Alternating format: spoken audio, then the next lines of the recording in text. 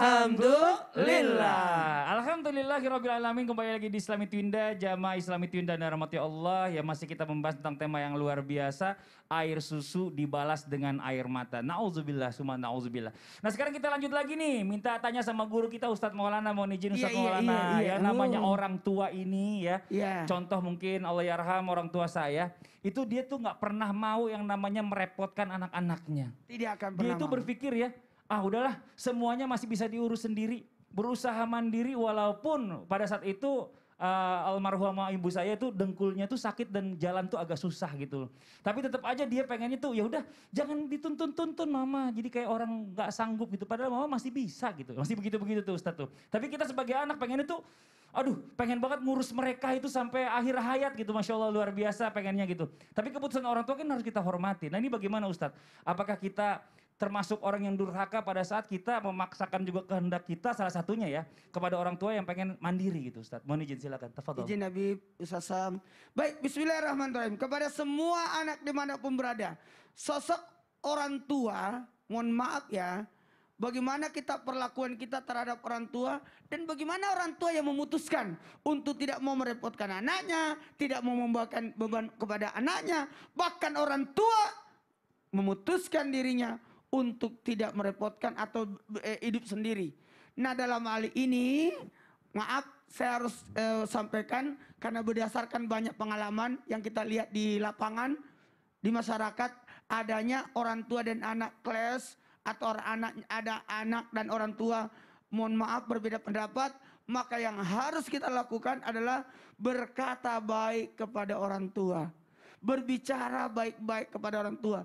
Kata berbicara baik-baik kepada orang tua, cari waktu yang tepat, cari kata-kata yang tepat, dan cari keadaan yang tepat. Tempat, waktu, keadaan. Ini yang harus bawa umroh orang tua. Ngobrol di sana perjalanan. Atau mengadakan seperjalanan orang tua. Atau pergi keluar daerah sama orang tua. Itu pasti akan keluar unek-uneknya. Sebenarnya sih, kalau sudah berkata sebenarnya sih, itu. Kali yang kedua, keputusan orang tua untuk hidup sendiri karena tidak merepotkan anaknya, maka anak harus yang kedua bersifat tegas. Kenapa bersifat tegas? Karena kalau orang tua sudah punya penyakit, nggak mau minum obat, nggak mau merawat diri atau dan sebagainya, dan ini mama harus ke rumah sakit deh. Mama harus dirawat di rumah sakit. Nah keputusan ini harus tegas. Karena kenapa? Kita tidak mau melihat orang tua kita menderita. Maukah kita melihat orang tua kita menderita? Maukah orang tua kita melihat orang tua kita sakit yang lama? Ya Allah ya Karim, mohon maaf ya, tanpa menggurui, hanya karena saya ada pengalaman kemarin waktu Umi itu tidak mau dirawat. Sampai saya berkata, satu-satunya jalan bawa untuk periksa dari atas sampai bawah apa sih penyakitnya Umi. Lalu ketahuanlah ada penyakitnya dan sebagainya. Sehingga kita harus kontrol makannya, obatnya. Atau bawa ke rumah sakit setiap bulan tanggal ini. Jadi itu. Jadi harus bersifat tegas dalam hal demi kebaikan orang tua. Sekali lagi bersifat tegas dalam hal kebaikan orang tua. Karena kadang-kala orang tua itu tidak mau menyusahkan anaknya dalam hal biaya.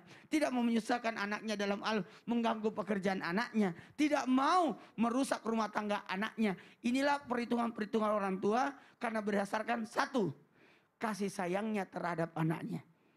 Dan yang paling penting kalau berkata baik sudah tidak bisa lagi. Kemudian yang kedua adalah yang ketiga inilah bernegosiasi, bermusyawarah, gimana jalan keluarnya. Karena orang tua mau hidup sendiri. Kalau begitu kita panggil orang yang bisa merawat orang tua kita. Atau orang tua yang kita ajak tinggal di rumah kita. Atau sebaliknya, kita tinggalkan rumah kita, kita kontrakkan rumah kita, lalu kita yang tinggal sama orang tua. Yang saya lakukan seperti itu juga. Ngambil adikku saya suruh sewakan rumahnya. Adik perempuanku itu Alimah, saya suruh tinggal di rumah ibu untuk merawat orang tua. Masya Allah. Itu Memang solusi. bicara masalah tentang orang tua ini macam-macam dinamikanya Macam-macam. ya maksudnya ya.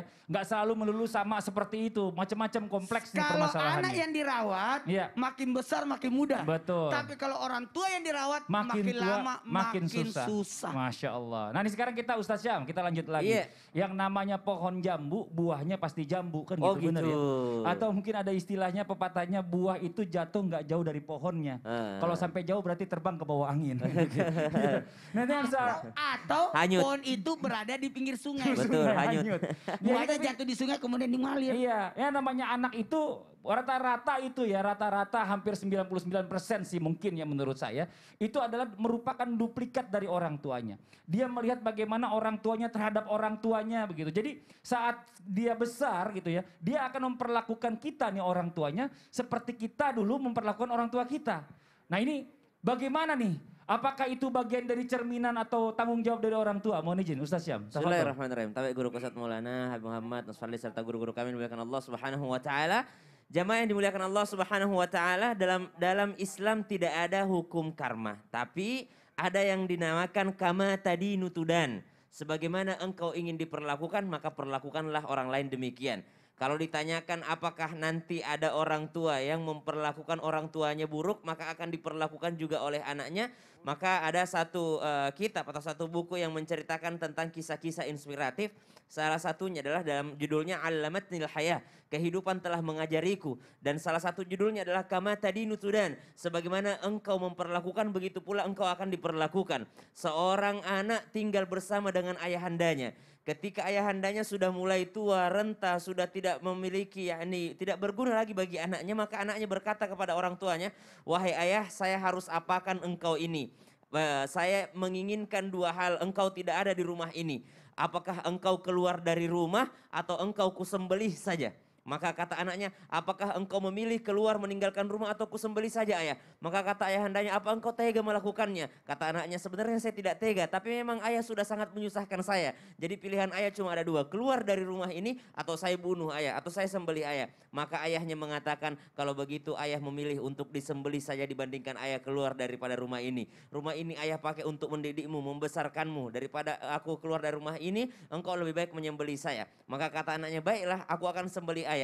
Apa jawaban daripada ayahandanya? Sebelum engkau sembelih saya punya syarat. Engkau ketika sembelih saya, jangan sembelih saya di dalam rumah ini, tapi sembelih saya di nun jauh di sana, di ujung padang pasir sana. Maka kata anaknya, engkau kusembelih di sana dan engkau kusembelih dalam rumah sama-sama mati. Apa bedanya? Kenapa harus jauh-jauh? Apa jawaban ayahnya? Karena di sanalah dahulu saya sembelih bapak saya. Karena di sanalah dahulu saya juga menyembelih bapak saya. Lihat, apa yang kita pernah lakukan, begitu pula kita akan diperlakukan. Maka jangan pernah kita mengatakan bahwasanya kita berbakti kepada orang tua, lalu kita durhaka kepada orang tua, lalu kita menunggu azabnya di akhirat. Azab di akhirat ada, namun dosa kepada orang tua, durhaka kepada orang tua, tidak usah nunggu akhirat, di dunia pun Allah akan membalasnya. Karena dosa yang dilakukan kepada sesama manusia, itu adalah termasuk kezaliman. Dan kezaliman yang terbesar diantaranya adalah ketika kita durhaka kepada orang tua kita. Wa ma asabaka min sayyi'atin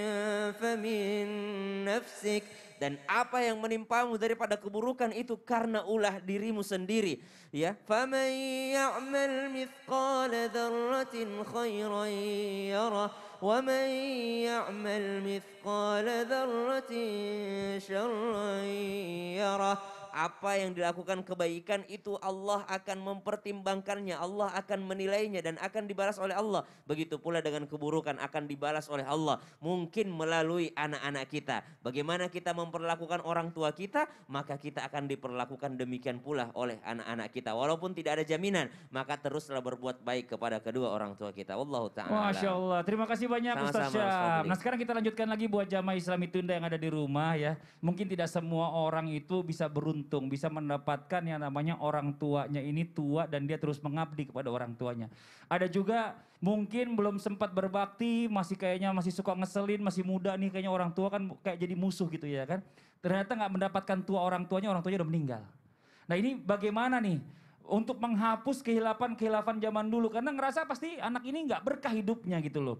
Dalam pandangan Islam, Bib, mohon izin penjelasannya Bib ya. Bagaimana caranya kita bisa meminta maaf, meminta keberkahan kepada orang tua, sedangkan orang tua kita udah meninggal, Bib. Nah ini apa yang harus dilakukan? Tafadhal, Bib.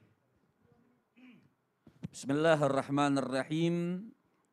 Artinya berbakti kepada kedua orang tua ini suatu kewajiban kita sebagai anak. Dan apakah terputus baktinya kita kepada orang tua kita ketika orang tua kita sudah meninggal dunia? Apakah bakti kita terputus? Tidak. Diriwayatkan bainana inda rasul jalisun inda Rasulillah sallallahu alaihi wasallam. Dalam satu riwayat, kami sedang duduk bersama Rasul sallallahu alaihi wasallam idz ja'ahu rajulun.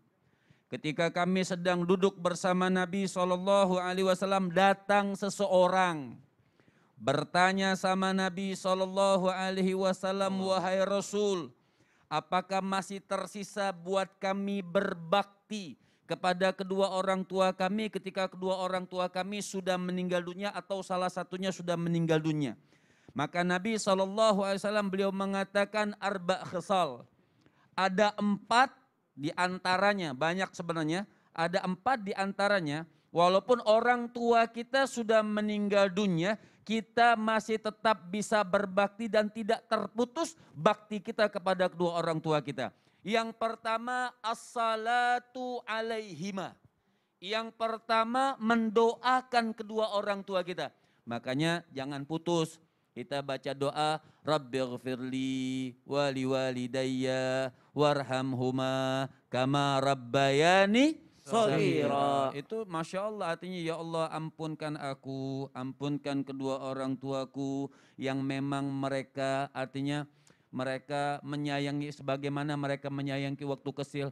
Maka ya Allah, kadang-kadang kita doa begini Mas Fadli, artinya ya Allah, artinya berkahilah kedua orang tuaku, berkahi kedua orang tuaku, berkahi kedua orang tuaku.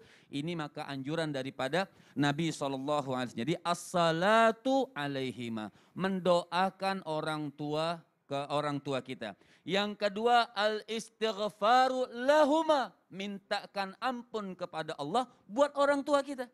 Jadi minta, namanya orang tua, walaupun karena orang tua ini tetaplah manusia, tidak luput daripada kesalahan orang tua kita. Maka kita mintakan ampun kepada Allah Subhanahu wa taala agar orang tua kita mendapatkan ampunan dari Allah Subhanahu wa taala. Dan yang ketiga apa? Artinya ikramu sadiqihima.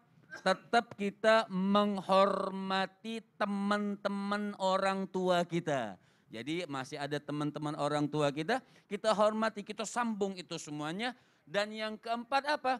Kata baginda Nabi besar Muhammad sallallahu alaihi wasallam mubaraka alaihi wa ala alihi, menyambung silaturahmi apa yang disambung oleh orang tua kita. Nah 4 hal ini dan mungkin banyak lagi hal-hal, misalnya sedekah buat orang tua kita, pergi haji, misal orang tua kita belum berangkat haji, kita berangkatkan haji jadi badal hajinya, umrohnya. Ini kan Masya Allah nikmat-nikmat yang bisa meluaskan, menikmati, menerangi kuburan kedua orang tua kita, dan kita masih termasuk anak yang berbakti kepada kedua orang tua. Masya Allah, jazakallah khairan kasiran Bib atas penjelasannya. Jadi buat semua jamaah Islami Tinda yang masih punya orang tua, ini Masya Allah luar biasa ya.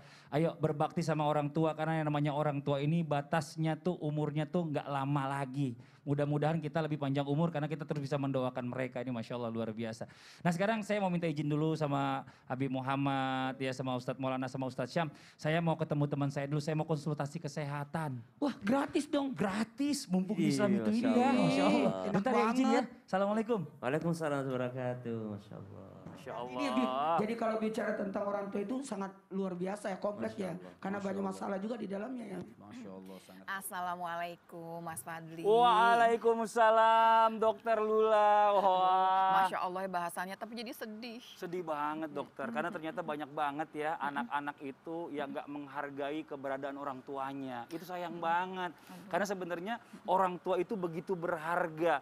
Dan banyak banget orang tuanya yang nggak dirawat pada saat dia udah tua, lagi sakit-sakit. Nauzubillah min zalik ya Allah. Aduh, tapi kalau ngomongin kesehatan nih pemirsa ya, dengan bertambahnya umur nih, Betul. makin banyak resiko penyakit yang bermunculan. Masya Terutama penyakit degeneratif, mulai dari diabetes, hipertensi, kolesterol tinggi, asam urat. Yang kalau kita nggak pola hidup sehat, jadi komplikasi penyakit yang lebih berat seperti serangan jantung, stroke, dan penyakit lainnya. Nauzubillah Tapi min nggak usah zalik. khawatir nih, sekarang sudah ada madu TJ hitam pahit. Ini madu yang dikombinasikan dengan propolis, sari kurma, dan herbal alami yang bermanfaat untuk kesehatan. Ada ekstrak sambiloto, ekstrak brotowali, ya, kemudian ada ekstrak daun insulin dan ekstrak mahoni. Yang semuanya punya manfaat satu-satu. Masya Aku Allah. jelasin ya. Iya, dokter, Oke silakan. ya, kalau madu, ya, propolis dan sari kurma bermanfaat untuk meningkatkan daya tahan tubuh. Kalau ekstrak brotowali dan ekstrak sambiloto dapat menurunkan kadar kolesterol dan asam urat. Masya Allah. Nah, kalau yang namanya ekstrak daun mahoni dan ekstrak daun insulin itu Iya, Dok. bisa membantu mengontrol kadar gula di dalam darah. Wah, Masya Allah, itulah beruntungnya punya teman dokter ya. Ini Masya Allah banget, berarti madu TJ hitam pahit ini banyak manfaatnya dokter ya. Betul. Dokter, tadi ada pertanyaan lagi nih. Aman nggak sih ini dikonsumsi sama semua kalangan dokter? Ini pertanyaan bagus. Iya. Insya Allah aman karena sudah terdaftar di Badan POM. Masya Dan satu Allah. lagi, sudah mendapatkan sertifikat halal dari MUI. Jadi madu TJ hitam pahit ini cocok dikonsumsi buat penderita hipertensi, Waduh. diabetes, kolesterol tinggi, asam urat, sampai ke penyakit mah sekalipun. Dan juga bisa ya dipakai sebagai suplementasi buat membantu pemulihan dan penyembuhan orang-orang nih yang kena COVID-19. Masya Allah. Jadi gini loh Mas Fadli Iya, ya, iya, kan dokter. zaman dulu ada tuh yang namanya ya jamu pahitan. Bener, bener, Nah, bener. sekarang udah ada yang modern, madu TJ hitam pahit. Wah, bener-bener luar biasa dokter ya. Ternyata dari satu botol ini manfaatnya luar biasa. Jadi buat jamaah semuanya nih, nggak usah ragu lagi buat konsumsi madu TJ hitam pahit. Aduh, Masya benar Allah. banget. Apalagi madu TJ hitam pahit yang satu ini diformulasikan secara tepat dengan bahan baku yang berkualitas. Diproduksi dengan standar CPOTB, cara pembuatan obat tradisional yang baik. Satu lagi nih, gampang banget dapetinnya. Apotik, toko obat yang terdekat aja dan sudah tersedia di online store di seluruh Indonesia. Masya Allah. Praktis dan juga sehat ya. Masya Allah. Madu TJ hitam pahit komposisinya lengkap dengan dosis yang tepat. Walaupun rasanya pahit, tapi banyak manfaatnya untuk kesehatan ya. Madu TJ hitam pahit, Niatku jaga kesehatan. Alhamdulillah. Masya Allah. Dokter, mohon izin sebelumnya. Saya udah janji sama jamaah, sekarang waktunya kita bagi-bagi Yuk. hadiah untuk jamaah yang ada di rumah ya. Untuk masing-masing penelpon akan mendapatkan hadiah 2 juta rupiah. Alhamdulillah, yuk, Tapi ya. jangan lupa passwordnya. Kalau saya bilang madu TJ hitam pahit, penelpon jawab, niatku jaga kesehatan. Oke, kita tunggu telepon masuknya. Halo, ayo ditelepon. Wah, sudah masuk teleponnya. Halo, selamat pagi. Madu TJ hitam pahit. Niatku jaga kesehatan. Mantap. Dengan siapa di mana nih, Mbak? Dengan Ibu Samsia di Jakarta. Ibu, langsung aja kita ke pertanyaannya ya. Apa manfaat madu TJ hitam pahit ini? A. Membantu menjaga daya tahan tubuh, menurunkan kolesterol, diabetes, dan asam urat. B. Membantu ibu di rumah. ART kali ah. Bu ya. Membantu menjaga daya tahan tubuh, menurunkan kolesterol, diabetes, dan asam urat. Wah, betul. Alhamdulillah. Selamat Ibu. Ibu mendapatkan 2 juta rupiah. Jangan lupa, pajak ditanggung pemenang. Masya Allah. Terima kasih. Terima kasih banyak Ibu. Iya. Madu TJ hitam pahit, niatku jaga kesehatan. Alhamdulillah. Nah dokter, ini Masya Allah luar biasa ya. Ini ternyata bagus banget buat kita semua. Buat jamaah yang ada di rumah, jangan kemana-mana. Yang belum sempat tadi nanya di segmen sebelumnya, sekarang kirim pertanyaan. Karena setelah ini kita akan ada lagi nanti, tanya dong Ustadz ya. Jadi jangan kemana-mana, tetap di Islam itu Indah. Jamaah, Alhamdulillah. Dokter, makasih banyak. Sama-sama. Inilah untungnya punya teman dokter ya. Iya. Pamit ya. Ya, gratis kan dok? Ih, silahkan. Diambil aja yang ini semua buat Mas Fadli kok ya. Iya, iya benar ya. Buat stok di rumah sekalian. Masya Allah, makasih banyak dokter. Subhanallah